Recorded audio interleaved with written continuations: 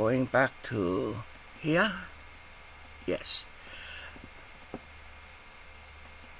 Okay. Welcome everybody. This is the last session for China Today in our first term, and we will have another 3 meetings in second term, third term, and fourth term, etc. Today we're talking about the China's next 5 years. Its 14th 5-year plan. So let me just share screen first, and then we'll start. Okay. Screen. I am going to share this screen. Share. I hope you can see the screen. Yes, we can. Thank you. Okay, let's start with that. So what can we expect from China in the next 5 years? The 5-year plan started in 2021. So we are already about 2 years into the plan already.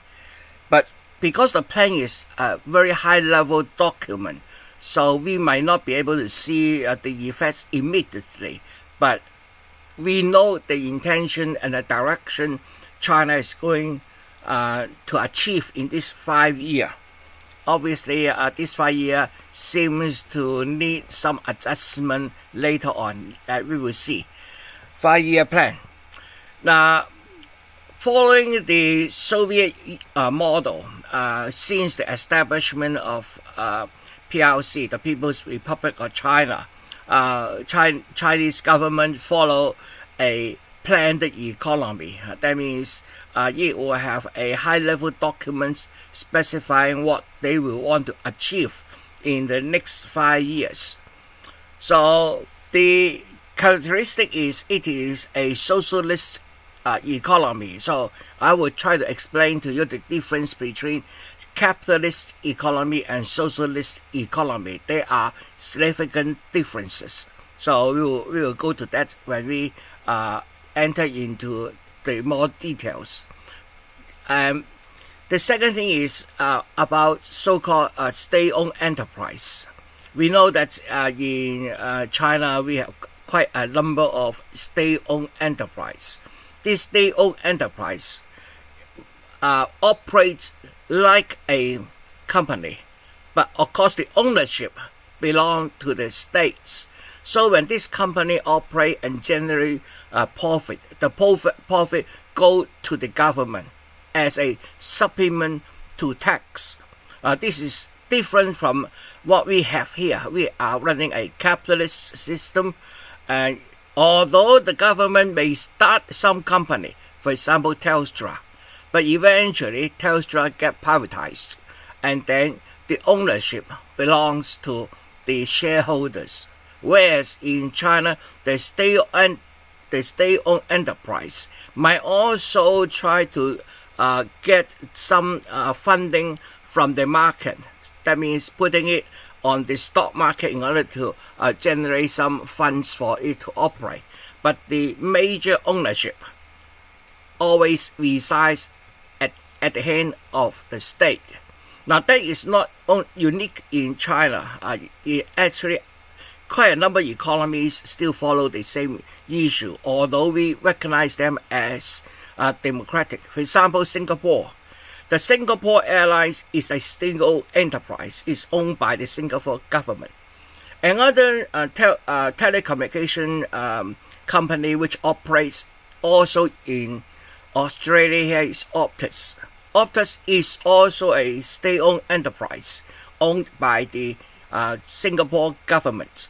But in normal operation, you won't see the state-owned enterprise working like a government department. They are basically companies. The ownership belongs to the government. With that in mind, then we will have to look at what will be the social function of this government. Of this state-owned enterprise.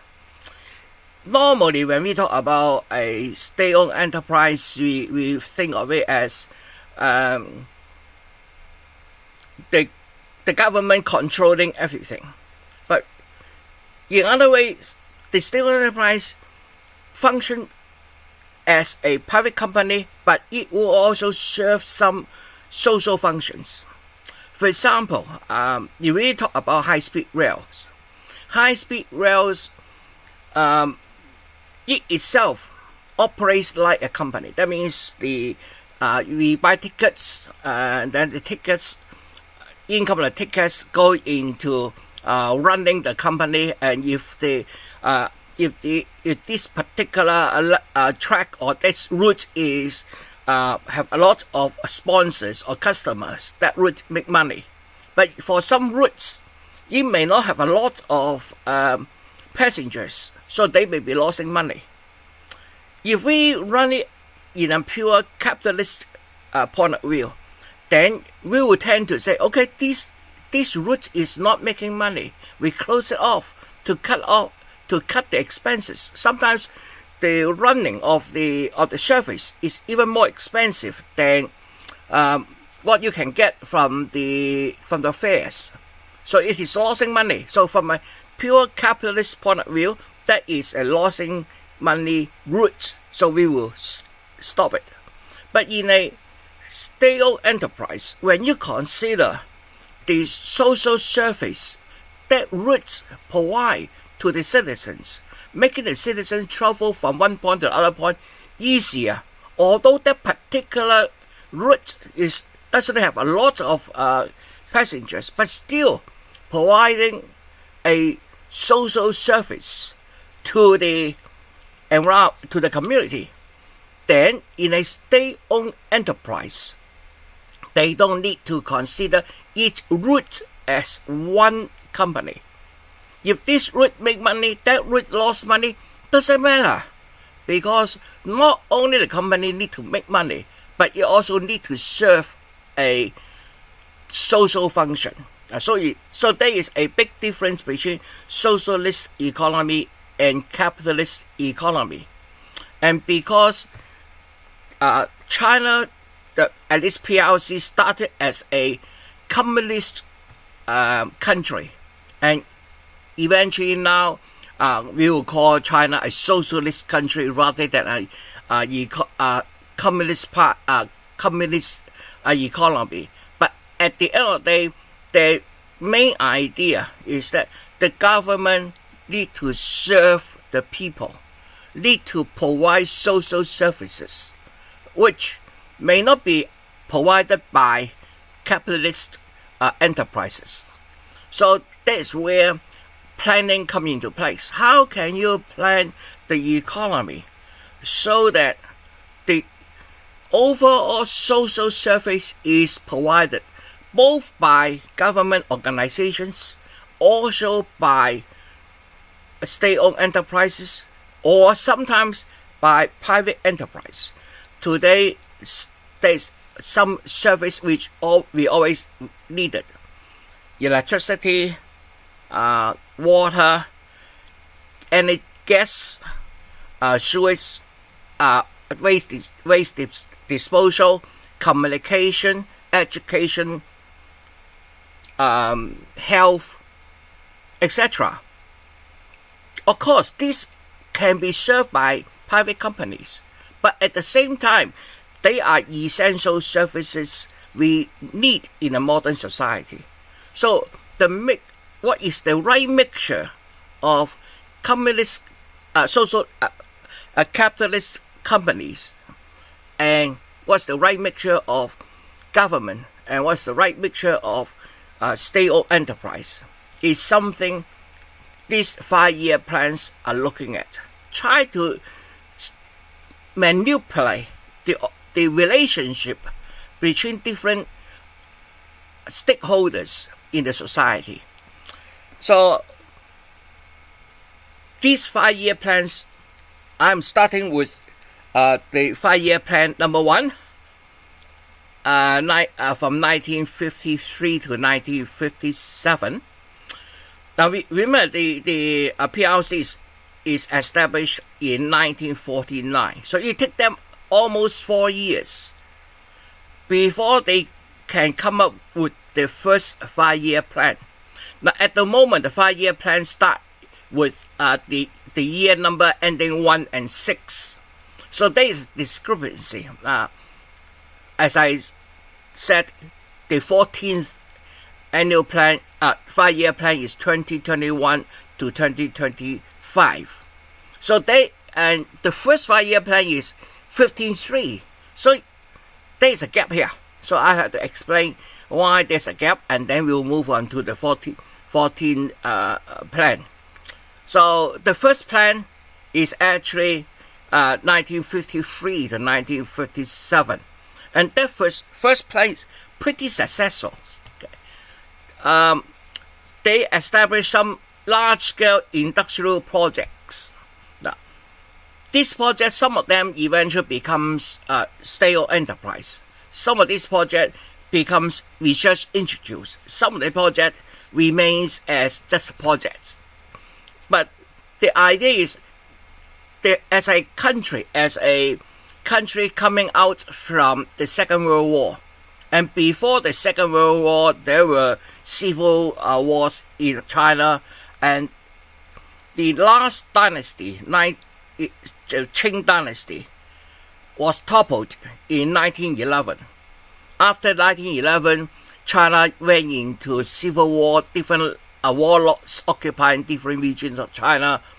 And then we have the Sino-Japanese War, which is 3 years longer than the Second World War. After the Second World War, we also had another civil war between the Communist Party and Kuomintang KMT. And then after that, the KMT moved to Taiwan, Communist Party took over. The country is broken. China is very, very broken and poor. Everything is in chaos. So they have to almost start from scratch. How can you organize? Now, at that time, the Chinese population is around 400 million. Now, today is 1.4 billion. So, from that time to now, 70 years, Chinese population increased about by three times. And the life expectancy at that time is about 34 years. Today, Chinese life expectancy is 76 years. So there is a huge work to be done. So the first 5-year plan put forward developing industry. We understand that the reason why China fall behind the Western countries is because we haven't industrialized. With industry, the productivity of the Western countries exploded. Whereas in China, it is still an agricultural society. Its productivity is way, way below. That reflects in the poverty of the Chinese people. So they have to start with industry. Unfortunately, some of the steps are out of sync. So when you have industry, that means you have a number of people working as a factory worker in some industries. That means these people are not producing food. But we know that food is essential. Without food, you can't live on. So there is a balance between continuously producing food and producing industrial product. The way to solve it is increase the productivity of the farmers or the agriculture sector, so that less people involved in food production. At the same time, you can release some labor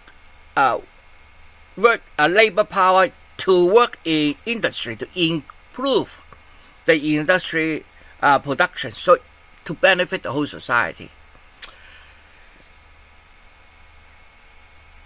When China started, about 95% of people are farmers. 95%.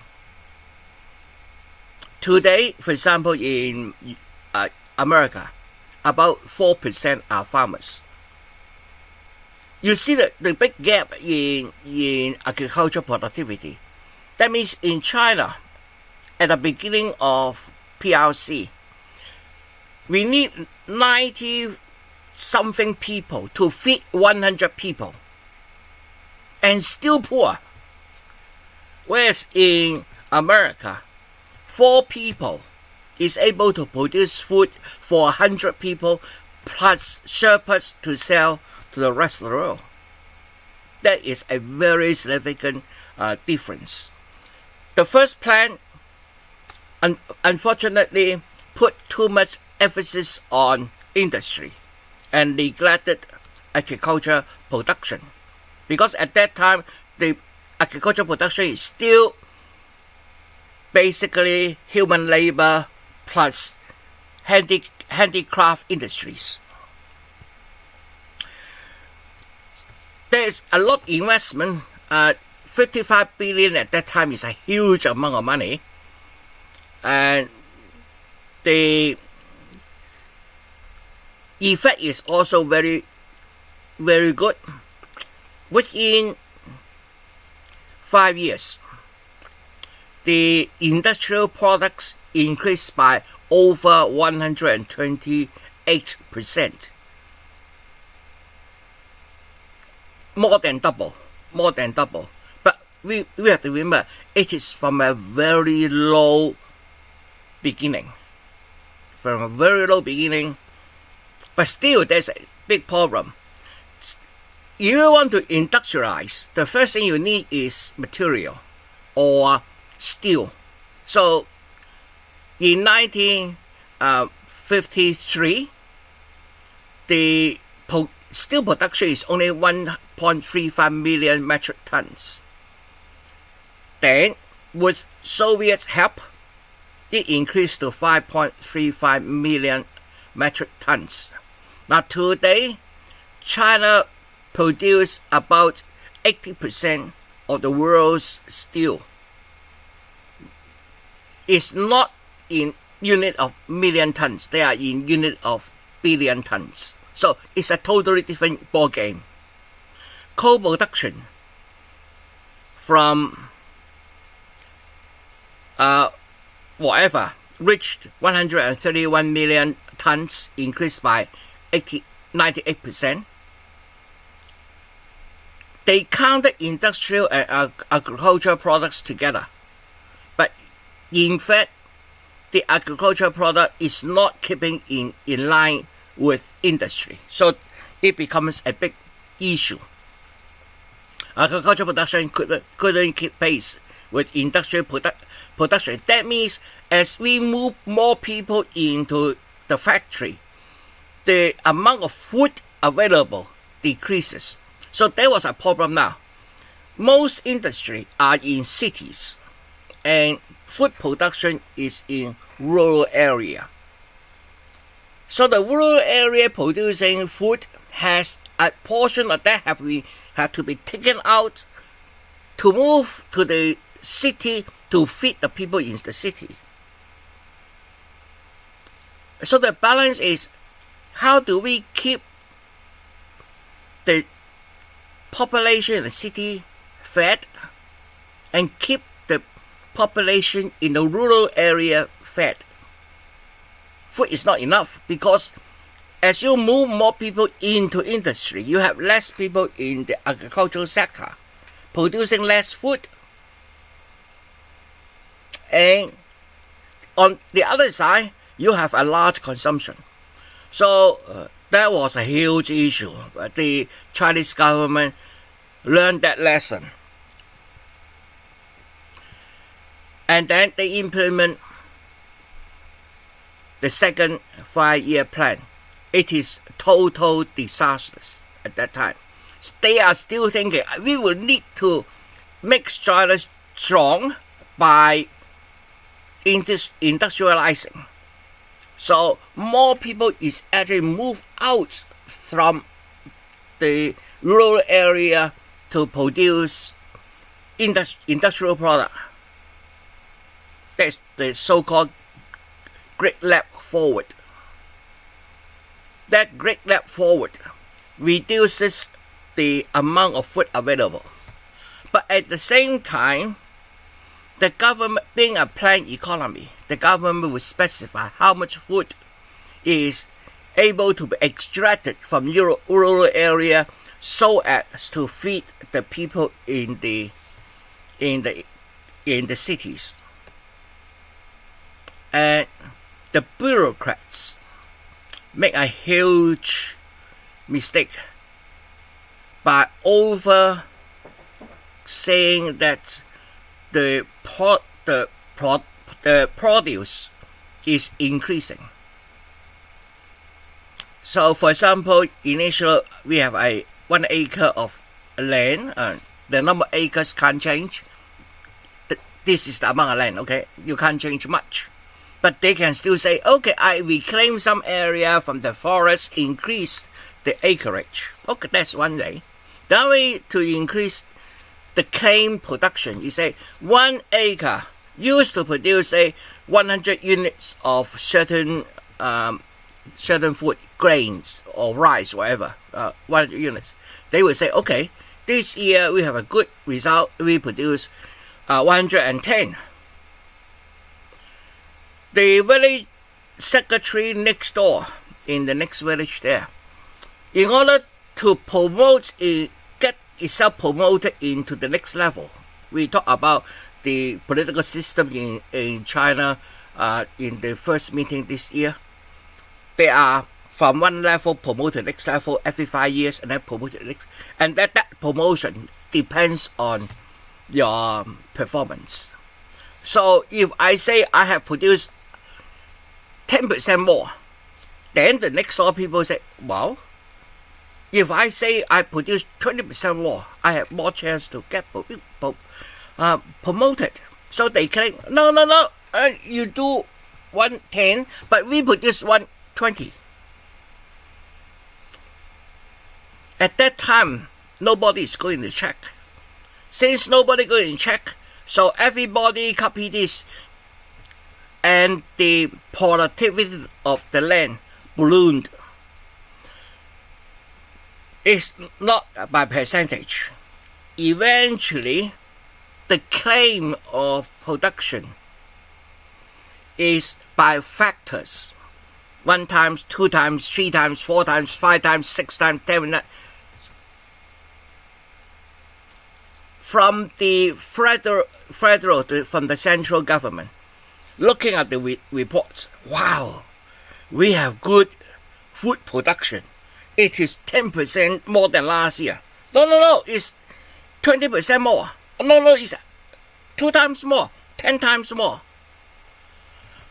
The number coming up is getting bigger and bigger and bigger. The central government didn't realize this is false numbers. They thought, wow, we have plenty of food, so we can feed the city better. Raise the tax by 10%.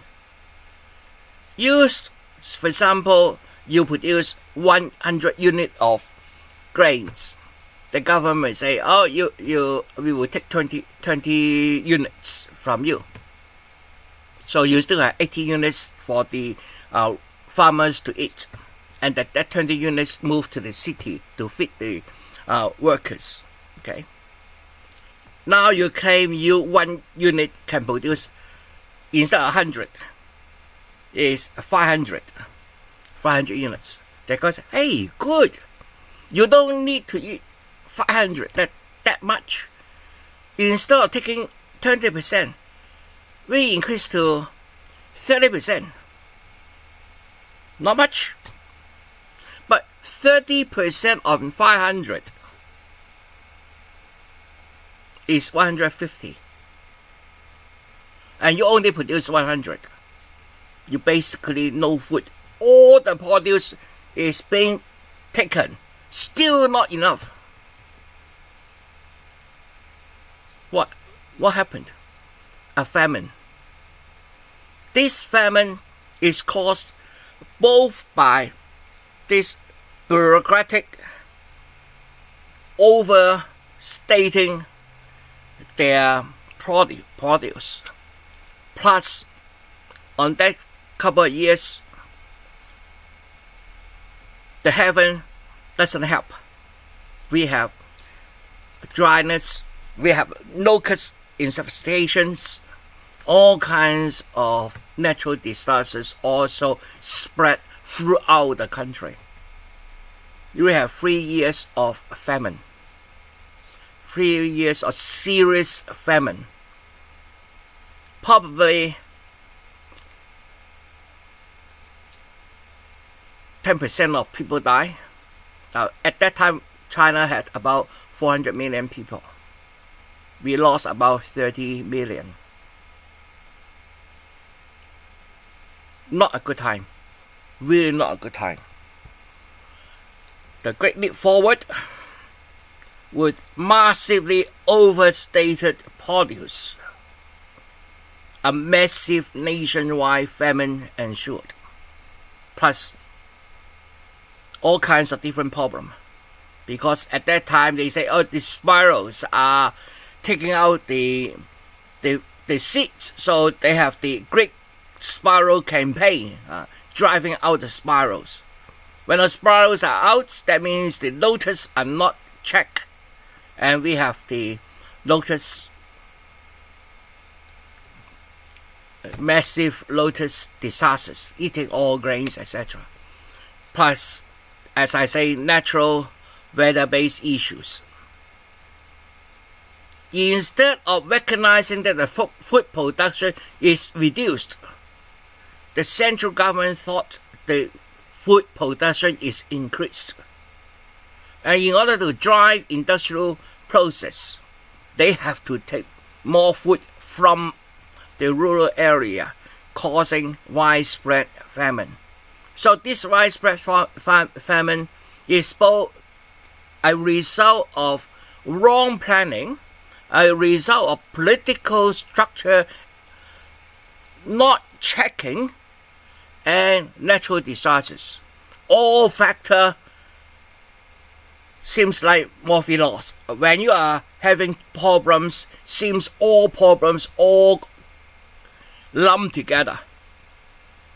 Bad years. Because of that, the original third-year plan should start at 1963.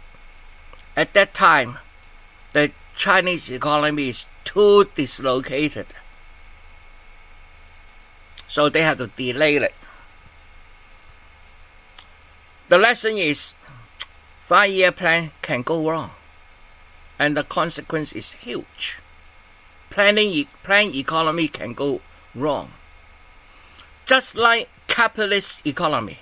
Now, I'm not saying that, planned economy is bad, no good. We have to look at the risk, the different types of risk.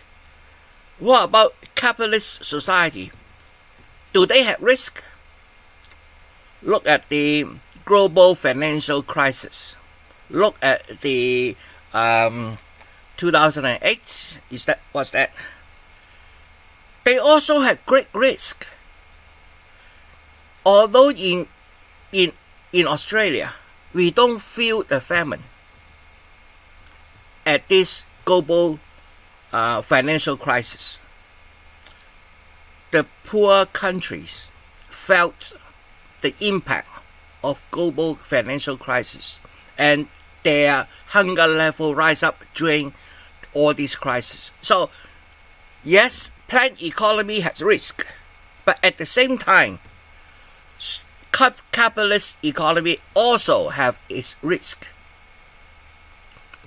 It is a matter of how we deal with the risk, how the planning get improved so that we minimize the risk. So let's jump forward to our main issue, the 14th 5-year plan, FYP, 5-year plan. It should start in 2021 and finish in 2025. And we are now 2023. So it's already 2 years into it. The plan is draft in October 2020. We remember 2020 as the year of COVID-19. And this is October in that COVID year. So we have to look at the background of the draft of this 14th 5-year plan. As we explained last meeting, China-US relationship is worsening. United States now consider China as the main challenger to its global dominance.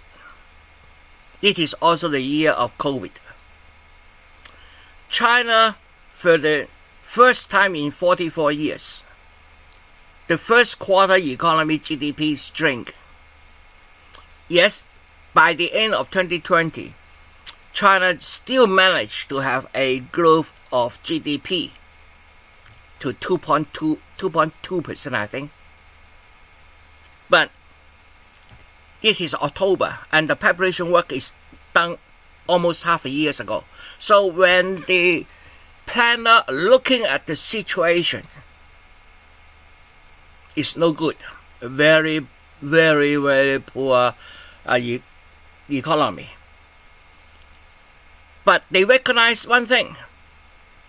By the end of 2020, in December, China eliminated absolute poverty.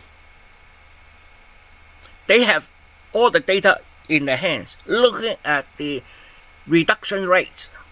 Almost done. The first 100-year plan is almost done. They know that by 2020, there will be no absolute poverty in China.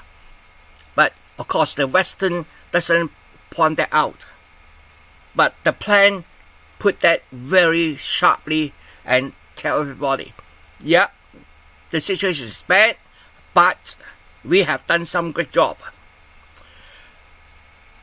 Because 2021 is the 100th anniversary of the formation of Communist Party of China, CPC. And their first long-term goal is by the 100th anniversary of CPC, China will enter into a moderate poverty country. That means there's no absolute poverty. And they have to achieve that. And they did achieve that in 2020. Then after that, they had also another centenary plan, which is on the 100th anniversary of the formation of PRC, the People's Republic of China. They want China to be a modern socialist country, a strong modern socialist country. And PRC is formed in 1949. That means 2049, they want to achieve a strong socialist country. So they have to take steps in order to reach that final goal. So they also incorporate the long-term goal for 2035. So that is 2035 is the intermediate step before they launch into the final acceleration or final steps towards 2049 or 2050 to become a strong modern society. Now, of course, we have to later on, I think later in the year, I will try to explain to you what do the Chinese mean by a strong modern socialist country. But now, there's a big difference between country strength from the Eastern point of view, from the Western point of view. For the Chinese, strong doesn't mean we want to dominate the world. Strong means people are happy. The countries are well protected. The countries has huge influence, both economically, politically, socially, etc., etc. In that sense, strong. But it's not militarily strong. But there's another issue. Now, the plan itself is available from Georgetown University, translated. Of course, it's available in Chinese version. I encourage everyone to get a copy and then understand if you are interested in what is this plan. Later on, I will share the screen of this plan, the English version, to let you have a feel of what does it mean. So it is the first 5 years to embark on a new journey to build China into a modernized socialist country in an all-round way. So the overall objective is, this is the first 5-year period after China achieved its first centenary objective of establishing a well-off society in an all-round way. Riding on this momentum, we, mean the CPC, are pressing the advance towards the second centenary objective, embarking on the new journey to build China into a modernized socialist country in an all-round way. You notice the change between the first objective and second objective. The first objective, well-off country, a well-off society, moderately prosperous, into modernized socialist country. They have a goal here. Now, it's not communist country. It want to move into a modernized socialist country, although it's run by Communist Party. So yeah, there's a big difference between socialist and communist. But the objective is still moderate. They want to move China into a modern socialist country by 2049. Okay, we have talked about the Western background. So let's look at the Chinese version of the background. First of all, they have to celebrate eliminating absolute poverty. It is a historically significant event in human history. There is no country in human history managed to totally eliminate absolute poverty, even in our capitalist society. Even in here in Australia, we still have homeless people in our city. But in China, there isn't any homeless people. That means it actually have removed absolute poverty. Now, there's a difference between absolute poverty and poverty. Absolute poverty means you have no shelter, you have you worry about your food, you have no health care, you have no education, you have no job, etc. This is absolute poverty.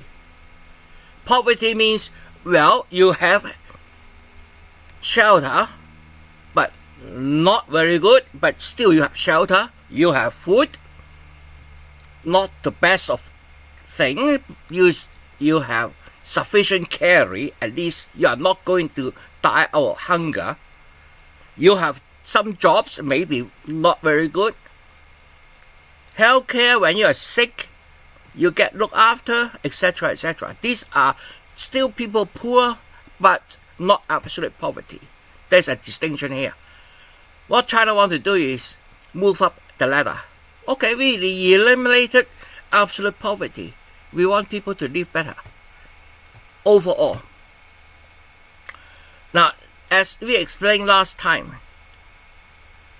the world is at a crossroad in many different ways. We have the now at that time 2020, we don't know there will be a Russia-Ukraine war, but we have other things lurking. American has spent 20 years in Afghanistan, in Iraq, in Libya, in Syria. We have instability in Middle East. The economy system, we're looking at huge U.S. deficit, etc., etc., as we explained last meeting. So the planet in China recognize this is a once in a country change, and it is also on the beginning of deepening scientific and technological change. In terms of industry, we will say first industrial revolution, second industrial revolution, and so on. We are now on the eve of another industrial revolution, moving from telecommunication, digital technology, into artificial intelligence, new material science, new medical science, enhancement, etc., etc. We are at the edge of another huge technological change, and that technological change will have big impact on our quality of life. Throughout history, humans' the quality of life depends on the availability of energy. We are now at the point where the world needs to get rid of the fossil fuel, move into renewables. The interesting thing about renewables is that it is the initial capital is huge. You need to put solar panel on our roof. That is a huge investment. But once you have that, then in the next 20 years, 10 years, you don't have to pay for the fuel. It's coming from the roof. It's free. Of course, there are issues like how do you store the energy. Today, now when I install my solar panels, it cost me $5,000 to have 1.5 kilowatts. Very sufficient, so I can supplement some of my electricity. Today, you can install 5 kilowatts, more than 3 times my installation, with about $3,000, half of my cost. And 5 kilowatts is enough to power you whole day. The expensive part now is your battery, your storage. Once you solve the battery problem, you have 5 kilowatts on our roof.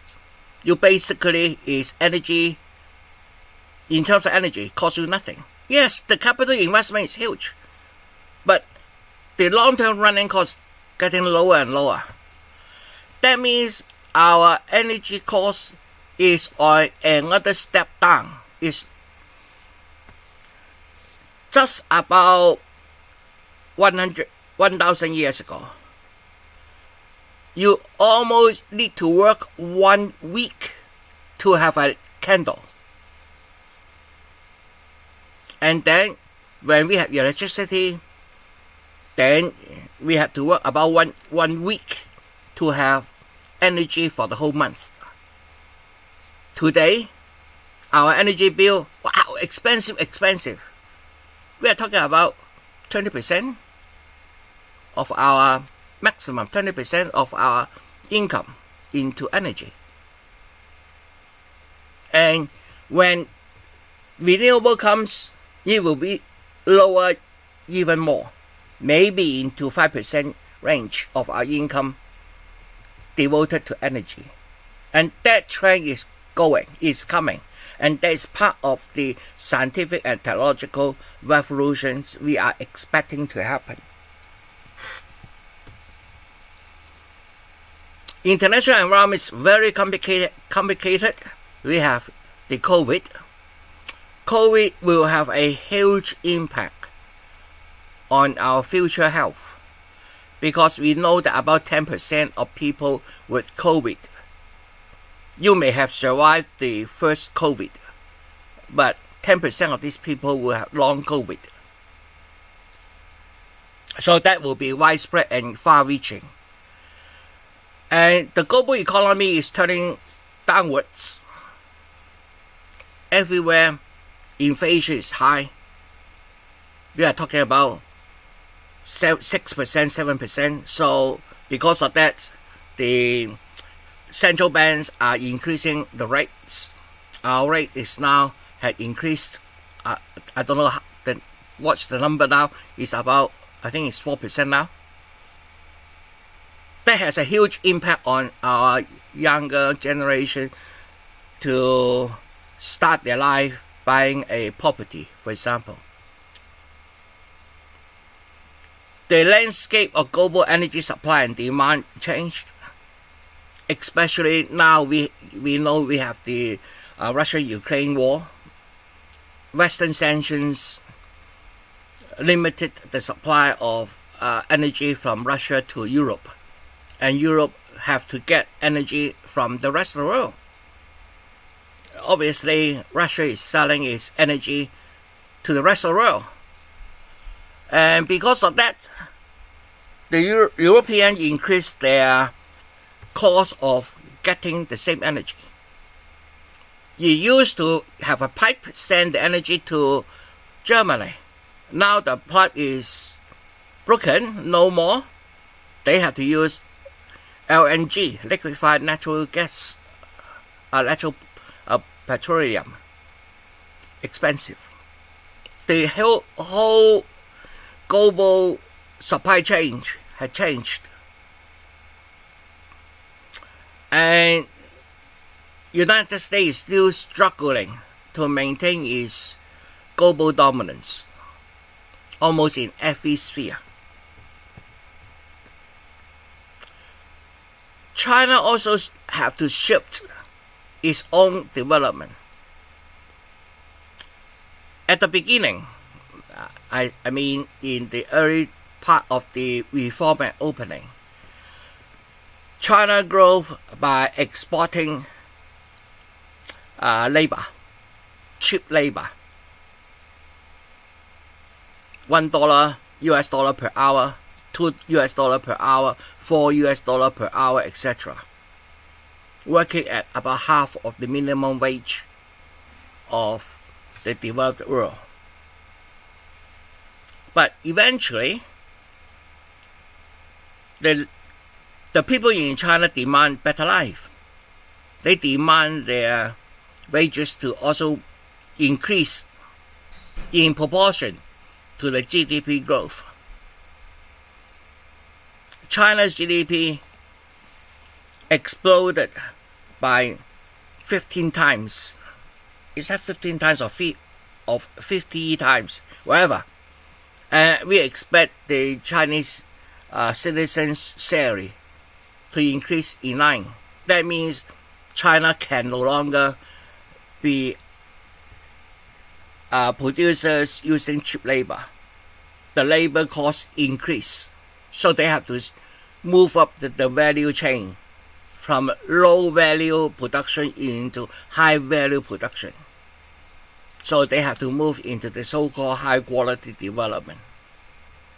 But China also realized that there are still imbalance and insufficiency. Some of the areas we don't have a good, so this plan have to deal with it.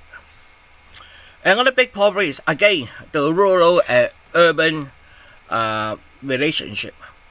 As I mentioned at the beginning, there is always a difficult tension between the rural area and the urban area. Urban, by definition, does not produce sufficient food for it to sustain its population. That is the definition of urban. So, usually the rural area will have a lower living standard, producing food.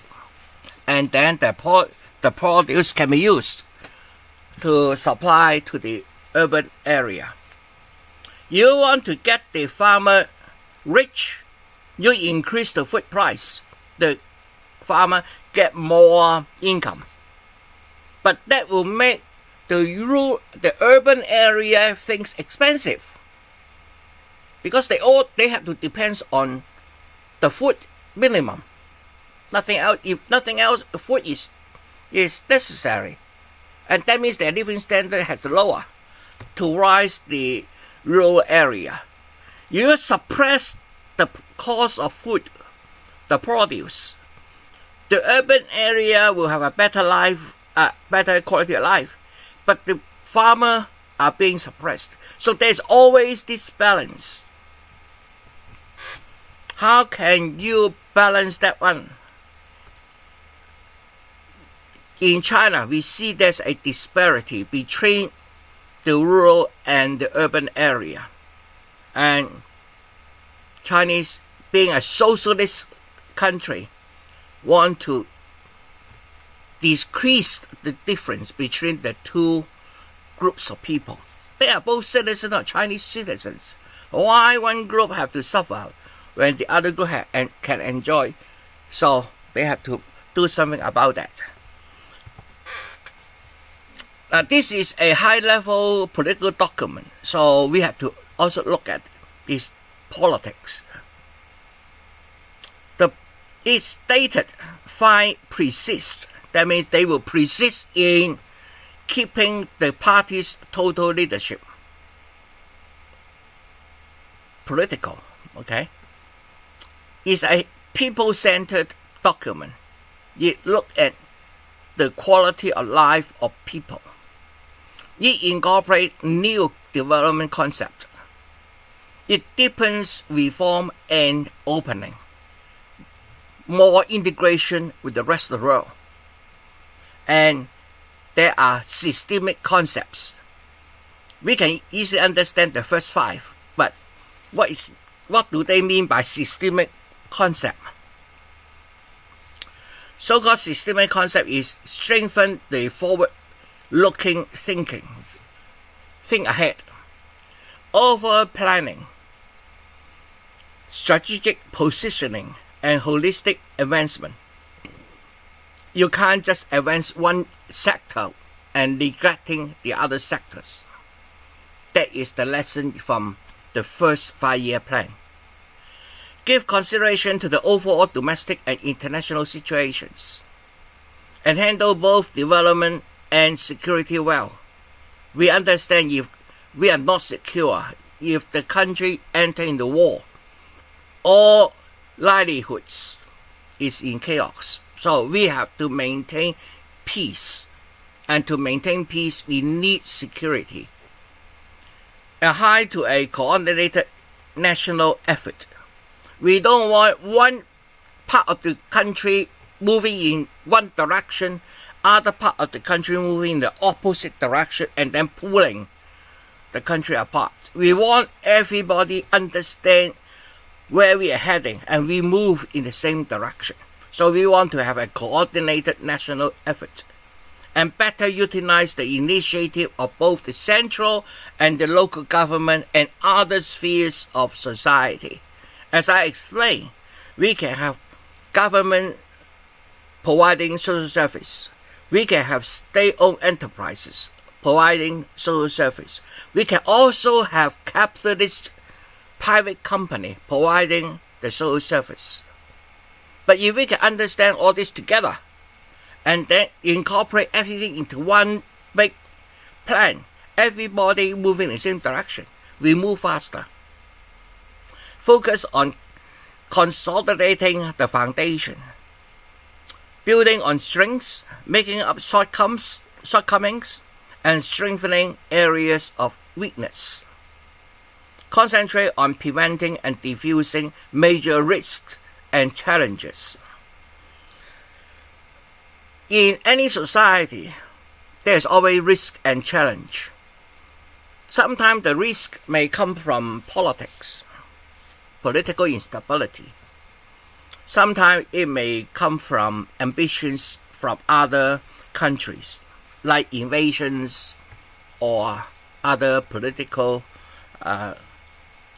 problem. And other risk involve natural risk. COVID is a natural risk. Earthquake, bushfire, famine, flooding, etc. These are all risks. As a responsible government, we don't let the people to deal with the risk all by themselves. We group together as a government and provide help to solve this major risk. So you're looking at preventing and diffusing, because some of the risks you can't prevent. Earthquake. Okay. And achieve integration of quality, structure, scale, speed, efficiency, and security of development. That is called systemic concepts. Think of it as a whole instead of individual parts. The long-term goal for 2035. By then, China will basically realize a socialist modernization, economic strength, science and technology strength, and overall national strength will rise sharply. The total economic output and per capita income of urban and rural residents will reach new heights. Major breakthroughs will be achieved in key and core technologies, and China will enter the first rank of innovation-oriented countries. China moving towards developed countries status. At the moment, some part of China is developed. Shanghai, Beijing, Guangdong, etc. But in other part of China, it is way behind. It is developing. So we want to move that part into the developed as well. So we want to move the whole China into at least competitively can compete with the current first-rank countries like United States, Japan, South Korea, Germany, etc. Onto the same rank. Establish a cultural powerhouse. Chinese culture had to have its own confidence in your own culture. Educational powerhouse. We continue to produce high-quality citizens. A talent powerhouse. Our citizens able to create. A sport powerhouse. Compared to Australia, we are a sport powerhouse in Australia and a healthy China. We recognize that we cannot continuously to dump our waste into an environment, which will not be sustainable. So it will have to go into the green modes of production, a sustainable production and living. Carbon emissions will decline steadily after reaching a peak, and the ecological environment will have fundamentally take a turn for the better. And the goal of building a beautiful China will basically be achieved by 2035. Per capita gross domestic product will reach the level of middle ranks of developed countries. Middle income group will be significantly enlarged. Equitable access to basic public services will be achieved. Again, social services has to be available, affordable. And rural-urban disparities in regional development and disparities in people's standard of living will be significantly reduced. They don't want to increase the Gini ratio. They want to decrease it. Construction of a peaceful and secure China will reach a new level with national defense and armed forces modernization basically achieved. The people's life will be better still and more obvious, and substantive progress will have to be made towards the comprehensive human development and common prosperity for all. Again, the legitimacy of CPC is the improvement of living standards of Chinese people. Its legitimacy doesn't come from voting, doesn't come from votes. It comes from the government's performance. Okay, come from Wikipedia. Look at some topics. Economy. By 2035 will be 3 times 2020 level. That means on average you have to be 7% or more GDP growth per year. But looking at the last 3 years, 2020, 2021 and 2022, China is at about 2 to 4%. 2022 initial estimate is 6%, but end up 4%. 2023 this year, China's own expectation is 6%. The rest of the world expect China to be at most 5%. So there is a huge gap in order to achieve this 7%. How to do that? By a dual circulation. That means encourage domestic consumption as well as improve foreign trade. Looking at 2022, the Chinese foreign trade increased at about 17%. But the domestic consumption doesn't increase that much, making the economy growing only by 4%. There's a huge gap here. And also by innovation-driven economy. That means moving up the value chain. In order to move up the value chain, you have to respect intellectual properties. There's no other way, otherwise people will not innovate. You also have to have a good environment. We know China committed to peaking its carbon emission by 2030, I think, and then will be carbon neutral by 2060.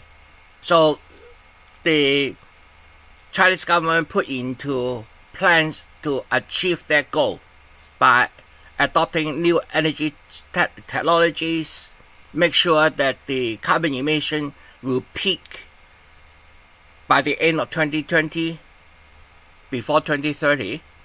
And China has always had an issue with water, so water conservation infrastructure. So this is the overall plan of maintaining a healthy ecology. They divide into 3 specific zones, the 3 circles, and then some boundaries. We know that Mongolia and Inner Mongolia region is steppes. That means they are only with grass and not much trees. And whenever there is a wind, then the sand from the desert could blow up and causing huge air quality issues. So the horizontal long line there is the new Green Great Wall. China is going to plant a lot of trees to stop the desertification of China. And there are 2 forest regions. One is in the upper right-hand corner, and another one is on the lower right-hand corner right there. These are forest regions. The rest is basically China. China's main production is along the East Coast in terms of food. So there's a big issue here as well. Okay, in energy, implement major energy saving and low carbon technology. using demonstration projects and carry out major project demonstration as near zero energy buildings, near zero carbon emission, and carbon capture, utilization, and storage. Carry out construction of recycling systems for waste materials in all 60 large and medium-sized cities in order to reduce the waste. Again, improvement of environment. This is the energy supply line. We know that the blue line is from wind energy. The red lines are from both hydropower as well as nuclear power. And you see the energy is moving from the west into the east, because after all, the main centers are in the coastal centers. So energy are moving in that directions, and they're building a lot of very high energy transport power cables, etc. This is about the national network, water networks. I will leave it for you to read it. If you are interested, I'm not going to read it one by one. Transportation, civil aviation, construct another 13 new airports, complete the 8 vertical, 8 horizontal high-speed rail network, and then also improve the transportation between Xinjiang, Tibet, and the rest of the country. So we can see it from here. The red lines are the current 4 verticals, and the green lines are the current 4 horizontals, and the black lines are those increased to produce these 8 horizontal, 8 vertical. And you see there's a line to the top left hand corner. That line connects the rest of the network to Xinjiang, and next to Xinjiang is Tibet. So they are connecting the West with China, and this network will be completed by 2025. So you will see there is a huge investment in high-speed network in China. The rest come from the plan itself. Objective: economic development. It has to be sustainable, healthy. There will be a reasonable every year annual GDP growth. Strengthen domestic market. Increase research and development by 7% per year. Industrial foundation and supply chain will be modernized and enhanced. Rural and urban development coordination improved, and steadily improve the urban ratio to about 65%. By 2025, it will be 60.7%. By 2035, it will be 65%. That's the objective. Continue with reform and opening up, build up high standard market, and respect property rights, and using market as a mechanism for allocation of resources.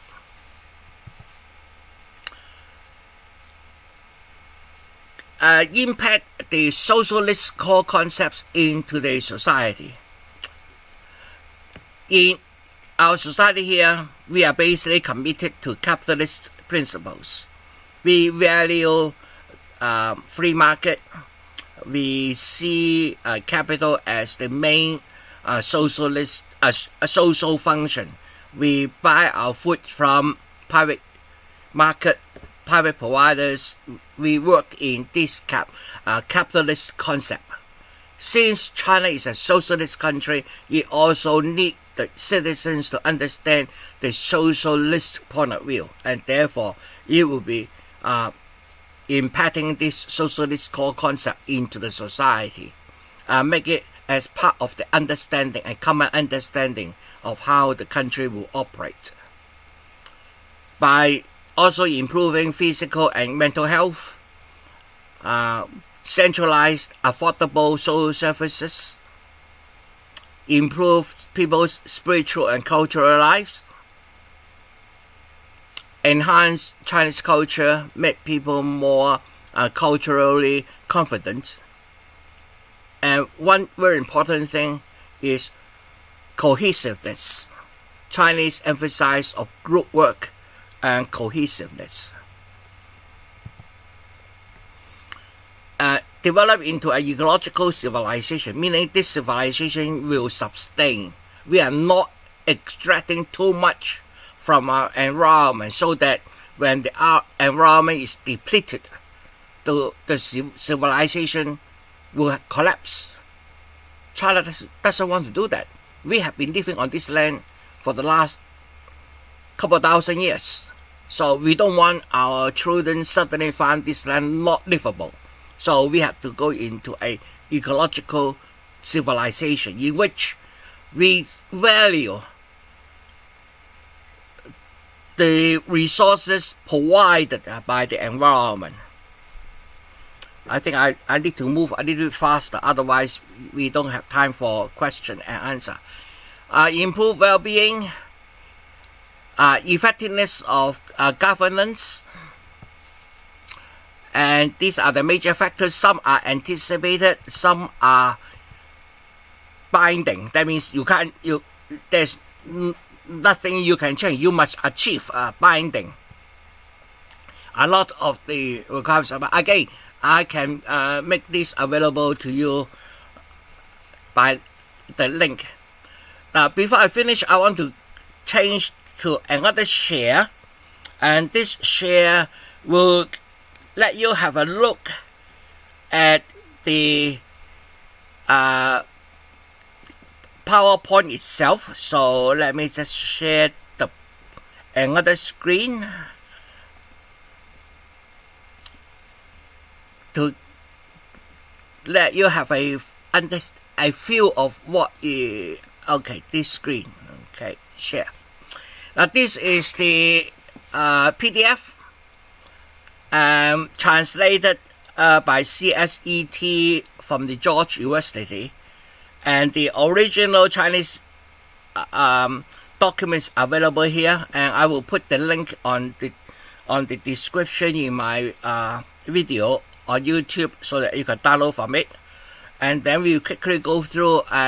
This document itself is 146 pages long. It divided into 19 parts. Part 1 is a general description and with several articles. Part 2 talk about the innovation-driven development. Part 3 emphasize in modern industrial system and real economy. China understand the value of virtual economy, but without the real economy, the virtual economy doesn't support it. The difference between real and virtual is that real economy means we have the production itself, food, energy, water, infrastructure, etc. Virtual economy means knowledge, teaching, development, new ideas, or other high-level things. And forming strong domestic market, there's one big problem at the moment is how to encourage the middle class in China to spend more money in order to develop the domestic market. Digital development and construct a digital China, comprehensive reform and continue opening up with the market economy, move more into more capitalist hand, changing the mix between government service, state-owned enterprise, and private capital. It insists of prioritizing the development of agricultural and rural areas because we have a discrepancy between the rural and the urban population. improve new urbanization strategy to move more people into the urban areas, optimize regional economic layouts, and advance socialized teaching the Chinese people what do we mean by we Chinese or the Chinese capitalist thinking. Chinese socialist thinking. Promote green development and facilitate the harmonious coexistence of people and nature. Nature provides us a lot of resources. We want to maintain that resource available to our children, grandchildren, etc. Put high-level opening up to outside into practice. Improve the quality of citizens. That means a comprehensive human development. Enhance people's livelihoods, well-being. Raise the level of co-construction and co-governance and sharing. Coordinate development and security to construct a more peaceful and secure China. China wants to be peaceful. We understand if we are in war, we are ruining lives of people. We don't want to export destruction. We want to export construction. When people are rich, they will have to do more business. By doing more business, Chinese will be able to make more business and make more money, and everybody happy. Accelerate national defense and armed force modernization. Strengthen the construction of socialist democracy and rule of law. People are saying China is not rule of law. Well, we recognize there are still some way to go, and we are strengthening it. Adhere to the one country, two system. This part is for Hong Kong and Macau, and eventually probably for Taiwan. The ninth part is strengthening the plan implementation assurance. We want the plan to be executed correctly. Okay, so very quickly go through that. You can read about that at your leisure if you like, and this is available online anyway. I will provide you with the link. Okay, I will stop share here and then let you ask question or some discussion.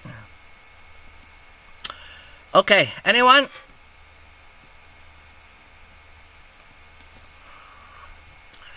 It's all silence.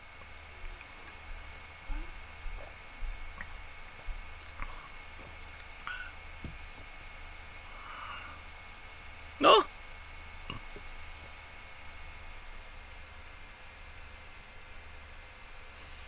Yes, please. Unmute yourself first. Yes. Do you think that China feels a deep-seated debt to Russia because they helped them so much at the beginning, and this can affect their cooperation with them in this Russian-Ukraine war? Now, Russia-Ukraine war make Russia isolated from the Western countries.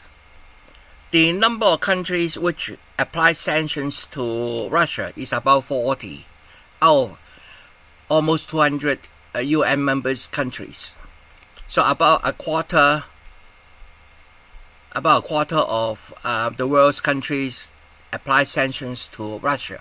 And obviously with sanctions, that means the trade between this country with Russia will be limited.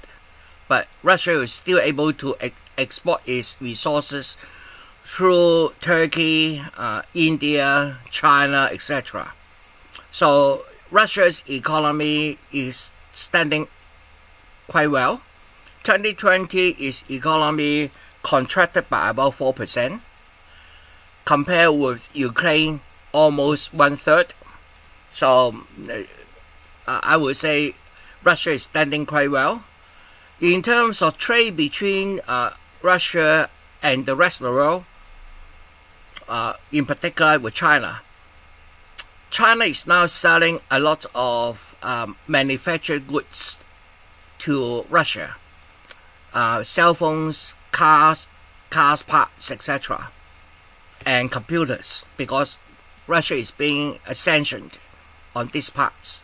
But at the same time, Russia is selling a lot of energy to China. It's natural gas and other things. The next big move between Russia and China is that Russia is going to block out a large section of area near the northern China and make it into a special economic zone, and that zone will be co-developed with China. Now that is a big move. We know that this is coming, but the actual document hasn't been officially released yet. When it is released, then we will say Chinese farmland, the available land for agriculture in China, will increase by about 30%. So that is huge cooperation between Russia and China. Of course, how that special economic zone is managed, how the profit are being split between Russia and China, we don't know yet. Details are not available. But I would say this development will be a huge development. So from Chinese point of view, China just released a 12-point peace plan for Ukraine. And the first point is respect country's sovereignty. So I think if this plan go ahead, China will be pressing Russia pretty hard on releasing the captured area from Ukraine. But of course, these are all negotiated. The final outcome we never know. It depends on the negotiation table. But the 12-point plans, the first point is respect country's sovereignty. And the second point is respect the need of a country's national security. These 2 points is a little bit contradicting in a sense, because to interpret why Russia execute this special military operation is because Ukraine want to join NATO. That means putting missiles right next to Russia from the national security point of view is not acceptable, and therefore you could. But remember, the whole thing started in 2014. It's not 2022. In 2014, the elected president of Ukraine was overthrown in a coup, and then it's a pro-Western government coming in. Okay, any other questions? Have I answered your question? You've answered a lot of information that I'm very happy with. Thank you, Albert. Okay, thank you. Anyone else? Could I ask a Yes. question? You mentioned in passing that part of the 5-year plan is to China to expand its military and military technological capacities. What does China see as its main threat internationally? It's still the military encroachment from the United States. Too many American military bases around China. China, yeah. That is, like in case of a conflict, whatever conflict, if American try to blockade the sea routes of China, China will be in a big trouble. Given there's a lot, about 3/4 of Chinese energy is imported at the moment. So if it is blockade, for example, in Market Street around Singapore, if there's a military blockade, Chinese, the whole country will get into a huge energy shock. Suddenly, for example, not saying losing about all is import energy. Let's say loss about 10% of import energy. Then the price will not just increase by 10%. It will probably increase by 30%, 40%. And you can imagine such an energy shock to the economy. It's huge. Everything suddenly becomes more expensive. Just like what is happening in Germany at the moment. Energy prices go through the roof. So what happened? All the heavy industries which need energy had to move out. Move to somewhere with more secure, more reasonable energy cost in order to compete in the global market. When this huge energy industry move out, then the workers had to be laid off. And we are talking about huge energy industries moving out en masse. The coming unemployment in Germany or in Europe is worrisome. I really worry about the employment in Europe because of this energy squeeze. Obviously, China don't want to experience that. So I think in terms of military, China is not going to build a offensive military force. No need. China is interested in doing business, making money. But it has a strong defensive military, so that in the case of blockade, it can break through the blockade and then protect its trade. Thank you. That makes a lot of sense. Thank you. Anyone else? Albert, Yes. do we know the dates for the next term yet? Next term dates I haven't known yet, but Right. the topics I can tell you. Just let me grab my piece of paper. Okay. Next time I will concentrate on culture. So I will try to explain the difference between Chinese language and Western language. And then traditional clothing. I really like looking at beautiful girls. So, and then wine and spirit, the kind of. So that is the second term. The fourth term is try to answer the questions why Chinese is the only civilization which is continuous for the last 4,000 years. We know 4,000 years ago we have the Greek civilization, we have the other civilizations, but none of them exist continuously. It doesn't mean people in Greek doesn't exist suddenly. They still go on, but the civilizations is the way of life changed. Their language changed. But Chinese is continuous. So I'll try to answer that question in the third term. In the fourth term, we will go back to politics.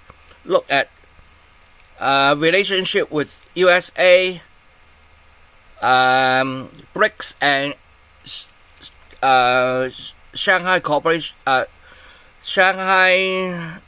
Cooperation Organization, and the Global South, the relationship between China and this area. So that will be my plan. Of course, you can send me your suggestion. You can change the plan anyway. So Good, thank you. okay. Anyone else? Right on time. It's almost time. Yes.